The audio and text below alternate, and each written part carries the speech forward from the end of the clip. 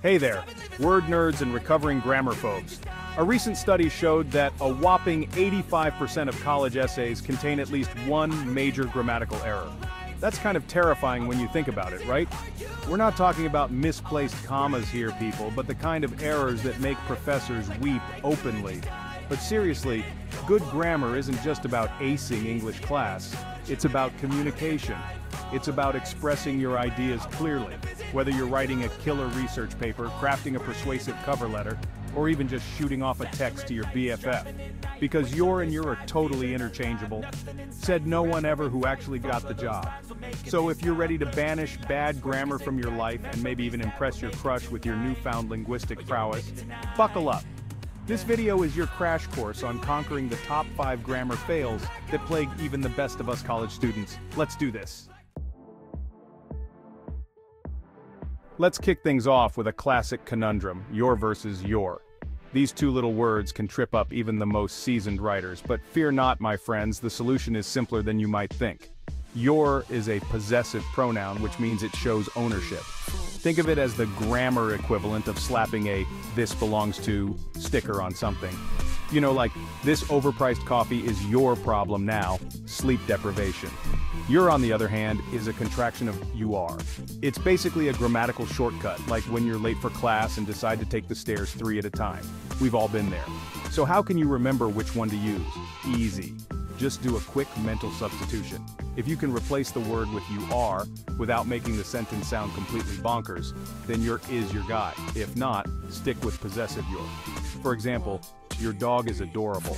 Obviously wouldn't make sense if you said, your dog is adorable. That's just cruel to the dog, and probably grammatically incorrect in other ways. But, you're looking particularly dapper today, Sparky. Totally works because you could swap it out and say, you are looking particularly dapper today, Sparky. See? Easy peasy.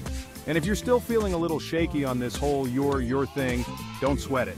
Even William Shakespeare probably messed it up a few times, or at least I like to tell myself that to sleep at night. The important thing is to be aware of the difference and to practice using these words correctly. Trust me, your professors and your future employers will thank you. Next up, we're tackling the infamous trio that strikes fear into the hearts of spell checkers everywhere. There, and there. These 3 homophones, words that sound the same but have different meanings, are masters of disguise, lurking in the shadows of our sentences, waiting to trip us up. But fear not, intrepid grammarians, we're about to shed some light on these sneaky words and send them running for cover. Let's start with there. This little guy is all about location, location, location. It's like the GPS of the grammar world, pointing us to a specific place or indicating existence. Think of it as the here that's not quite, well, here. Like, there's a giant spider in the bathroom, but it's cool, I'm sure it's just chilling. Next, we have there, which is the possessive pronoun we use to indicate ownership by a group of people. It's like the are for when you're talking about someone else's posse. You know, like, their taste in music is questionable, but hey, at least they're passionate about it. And last but not least, we have there, the contraction superstar of the group. Just like our friend you're from earlier, there is a mashup of they are, saving us precious time and effort in our never-ending quest to communicate effectively. For instance, they're going to regret challenging us to a dance-off after we unleash our killer moves. So, how can you keep these 3 straight? One helpful trick is to remember that there has the word here hiding inside it, which can remind you of its location-based duties. There has air tucked away in there, hinting at its connection to possession and inheritance, and as for there, well, if you can substitute they are without wreaking havoc on the sentence structure, then you're golden. Remember, even grammar gurus have to stop and think about these sometimes. The important thing is to be aware of the differences and to proofread carefully. Okay, let's talk about less and fewer. This one trips people up all the time, but the good news is, once you get the hang of it, it's actually pretty easy to use correctly. Here's the deal. Fewer is for things you can count, like, I don't know, grains of rice, or the number of times I've accidentally worn mismatched socks this week. It's more than I'd like to admit. Less, on the other hand, is for things you can't really count, like water or the amount of sleep I got last night after that whole less versus fewer thing kept me up. Think of it this way, if you can put a number directly in front of the noun, you're probably dealing with something countable, which means fewer is your go-to. For example, you would say fewer calories because you can count calories, even though, let's be honest, who really wants to? You would also say fewer students because, thankfully, we can still count individual students. But you would say less sugar or less sleep, because you can't really have 3 sugars or 5 sleeps. It just sounds weird, right? So, next time you're at the grocery store and you find yourself pondering the age-old question of 10 items or less, remember that it should actually be 10 items or fewer. And then, feel free to bask in the glow of your grammatical superiority. Alright, let's talk about comma splices. These are like the grammatical equivalent of trying to cram all your clothes into one suitcase for a 2-week trip. It's just too much, man. In a nutshell, a comma splice happens when you use a comma to connect 2 complete sentences without any other punctuation or conjunction.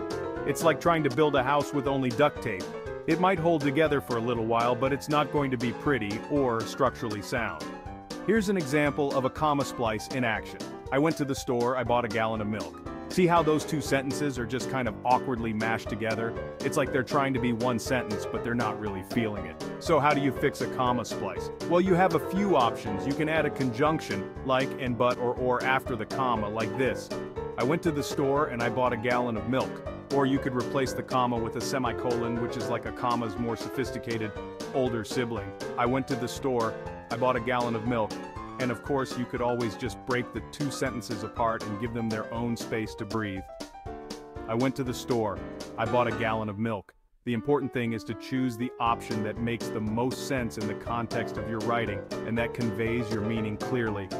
And remember, just like with everything else in life, practice makes perfect. So don't be afraid to experiment with different ways to fix comma splices and to find what works best for you.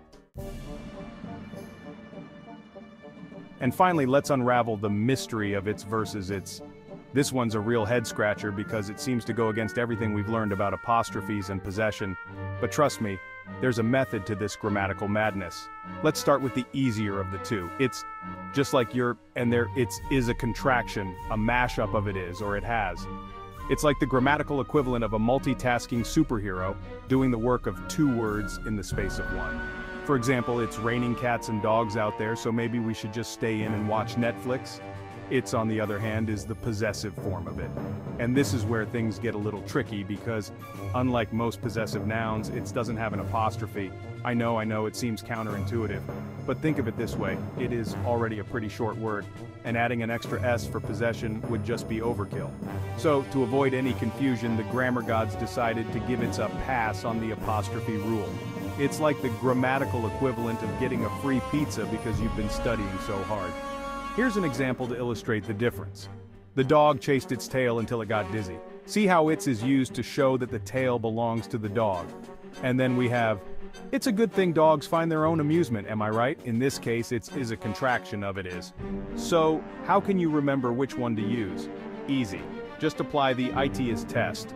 If you can replace the word in question with it, is or it has, without making the sentence sound completely ridiculous, then it's is your winner. If not, stick with the apostrophe-less it's. And remember, if you're ever feeling unsure, don't be afraid to consult a dictionary or a trusted grammar resource. So there you have it, folks. The top 5 grammar fails that haunt college students everywhere. But remember, even the best writers make mistakes sometimes. The important thing is to be aware of these common pitfalls and to strive for clarity and precision in your writing. By mastering these grammar basics, you'll be well on your way to crafting killer essays, impressing your professors, and maybe even landing your dream job someday. And who knows, you might even inspire a few of your friends to up their grammar game as well. If you found this video helpful, be sure to give it a thumbs up, subscribe to my channel for more awesome content, and hit that notification bell so you never miss an upload. And don't forget to share this video with your friends, classmates, and that one professor who's always correcting your grammar. Let's make the world a more grammatically correct place, one sentence at a time.